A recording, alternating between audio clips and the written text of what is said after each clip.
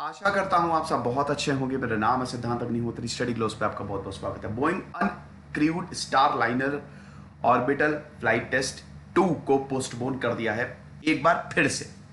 बात करेंगे दोस्तों सबकी, मस्त लेक्चर है। तो अभी कोई नई लॉन्च डेट नहीं है बोइंग स्टार लाइनर के लिए। क्यों है? देखिए, स्टार लाइनर कैप्सूल को 3 अगस्त को लॉन्च करना था। हमारा जो वहां पे तो दोपहर के 1:20, लेकिन हमारा 5:20 पे ये हमारा टाइम है। बहुत इंपॉर्टेंट मिशन है जो कि इंटरनेशनल स्पेस स्टेशन पे जाएगा। 3 दिन का डिले हुआ था। ऑलरेडी डिले इसको कर ही रहे, करते ही जा रहे हैं। एक टेक्निकल ग्लिच आ गया था, एनोमली प्रॉब्लम हो गई थी जिसकी वजह से इसको डिले कर दिया गया था। अब फिर से डिले कर दिया गया है। ठीक है, तो स्पेस क्राफ्ट जो है, जिसको क्रू स्पेस ट्रांसपोर्टेशन 100 CST 100 बोला जाता है, it is the part of an uncrewed test flight to the International Space Station. ये बेसिकली, इसमें कोई क्रू नहीं रहेगा लेकिन ISS पे जाएगा ये। क्यों? देखिए, नासा के कमर्शियल क्रू प्रोग्राम का ये पार्ट है। बात करेंगे दोस्तों, डॉकिंग डिले हो गई। यहां पे देखिए, ये तो Nauka unexpectedly fires thrusted after docking. Nauka multipurpose laboratory module है। पहले आप समझिए क्या होता है। ISS को समझिए, international Space station. International Space station क्या है, तभी आप ये सारी चीज़ों को समझ पाएंगे। मैंने कई बार इन सब पे लेक्चर लिए हैं। इंटरनेशनल स्पेस स्टेशन जैसे बस स्टेशन होता है, क्यों? बस के लिए। ट्रेन स्टेशन होता है, क्यों? ट्रेन के लिए। पोर्ट होता है, क्यों? पोर्ट स्टेशन जो बंदरगाह होते हैं शिप्स के लिए। एयरपोर्ट होता है, क्यों? एरोप्लेन्स के लिए। वैसे ही जब आप स्पेस पे जाते हैं तो वो इंटरनेशनल स्पेस स्टेशन, वो ISS है। स्पेस पे भी हमने एक स्टेशन बनाया है। सर, स्पेस पे क्या कर लेंगे हम? वहां पे कौन घूमने जाता है? वहां पे घूमने नहीं जाते बेटा, वहां पे हम एक्सपेरिमेंट्स करते हैं कि जीरो ग्रेविटी में क्या हो रहा है, कैसे रिजल्ट, क्या जो अर्थ पे जो बायो के जो मैथमेटिकल कैलकुलेशन है वो अर्थ पे कैसी आ रही हैं और स्पेस पे कैसी आ रही। बहुत ज्यादा जरूरी है ये, क्योंकि अब हमारे पास ऐसी टेक्नोलॉजी आ गई है। तो इसीलिए इंटरनेशनल स्पेस स्टेशन है। सर, साउंड सही नहीं आ रहा है। पहली बात तो यार आप देख लो, मैं आपको बता देता हूं मैं माइक कौन सा यूज करता हूं। मेरे पास 2 माइक है। एक है रोड का 20,000 का, एक है बोया येती का, वो भी 15,000 का। ये सबसे बेहतरीन माइक है, साउंड शानदार आता है।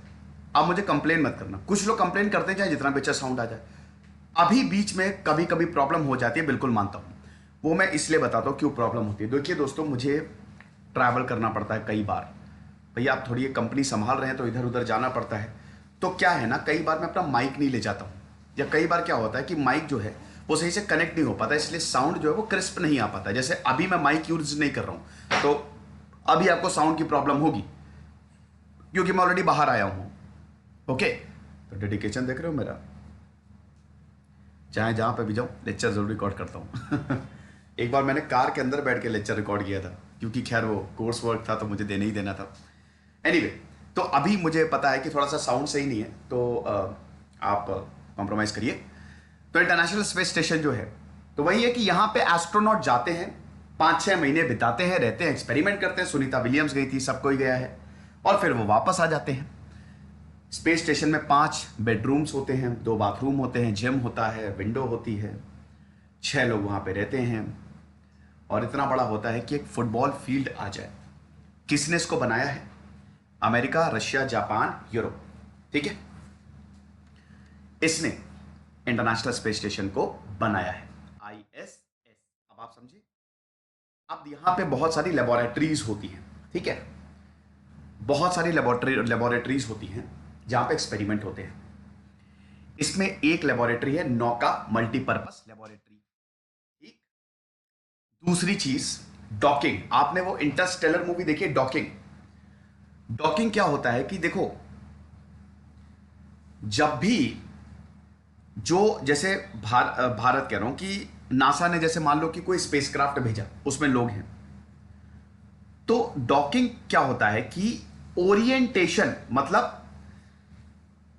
मैं कैसे समझाऊं आपको यार, पेन भी नहीं है मेरे पास। ये आपका है ISS, इंटरनेशनल स्पेस स्टेशन। ये आपका स्पेसक्राफ्ट गया, तो इस स्पेसक्राफ्ट को इस इंटरनेशनल स्पेस स्टेशन से अटैच होना है। जैसे हमारा स्टेशन है जंक्शन, ट्रेन आती है, प्लेटफॉर्म पे लग जाती है, प्लेटफॉर्म से अटैच हो गई।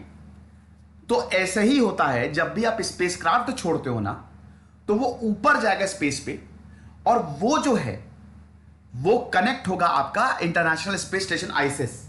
लेकिन बेटा हमारा स्पेसक्राफ्ट घूम रहा होता है और ये भी घूम रहा होता है, तो एकदम प्रॉपरली अलाइंड होना चाहिए अटैच होने के लिए। जरा सा भी 1 डिग्री का भी अगर गलती हुई तो प्रॉब्लम हो जाती है। ओके, तो बेसिकली यही हुआ यहां पे, इसीलिए इसको लॉन्च नहीं किया जा सका, क्योंकि एक सॉफ्टवेयर ग्लिच आ गया। भाई सब कुछ सॉफ्टवेयर से कंट्रोल होता है, कितने डिग्री पे डॉक करना है। अब हुआ क्या यहां पे, इसने 1.5 रेवोल्यूशन ज्यादा कर लिया, अबाउट 540 डिग्री से ये ज्यादा टिल्ट हो गया, जिसकी वजह से उल्टा हो गया। आप समझ रहे हो, इसकी जो ओरिजिनल पोजीशन थी, यहां पे फ्लिप जो था, फ्लिप ऐसे जो घूम के वो अटैच होगा, तो वो 45 डिग्री तक था, लेकिन वो 540 डिग्री हो गई, और उसके बाद फिर से 180 डिग्री वो पूरा उल्टा हो गया। अब 180 डिग्री समझ रहे हो ना, उल्टा हो गया। 90 डिग्री बिल्कुल स्ट्रेट, 180 डिग्री एकदम सीधी लाइन। तो 45 डिग्री से 180 डिग्री मतलब टोटल 540 डिग्री का स्पिन, जिसकी वजह से ये अटैच ही नहीं हो पाया। अब ये प्रॉब्लम आ जाती है कि अगर डॉकिंग सही नहीं हुई, अगर वो प्रॉपरली स्पेस स्टेशन से कनेक्ट नहीं हो पाया, तो दिक्कत आ सकती है। लेकिन astronauts were never in danger, क्योंकि कम्युनिकेशन चैनल थे, बढ़िया मस्त कम्युनिकेशन हो रहा था। रशिया का ये नया नौका मॉड्यूल है, 43 फीट लंबा, लेबोरेटरी है बेसिकली, ये लैब है, 20 टन इसका वेट है, और इसको 2007 में लॉन्च करना था। नौका मतलब होता है साइंस इन रशियन। ये रशिया की सबसे बड़ी लेबोरेटरी है अभी तक।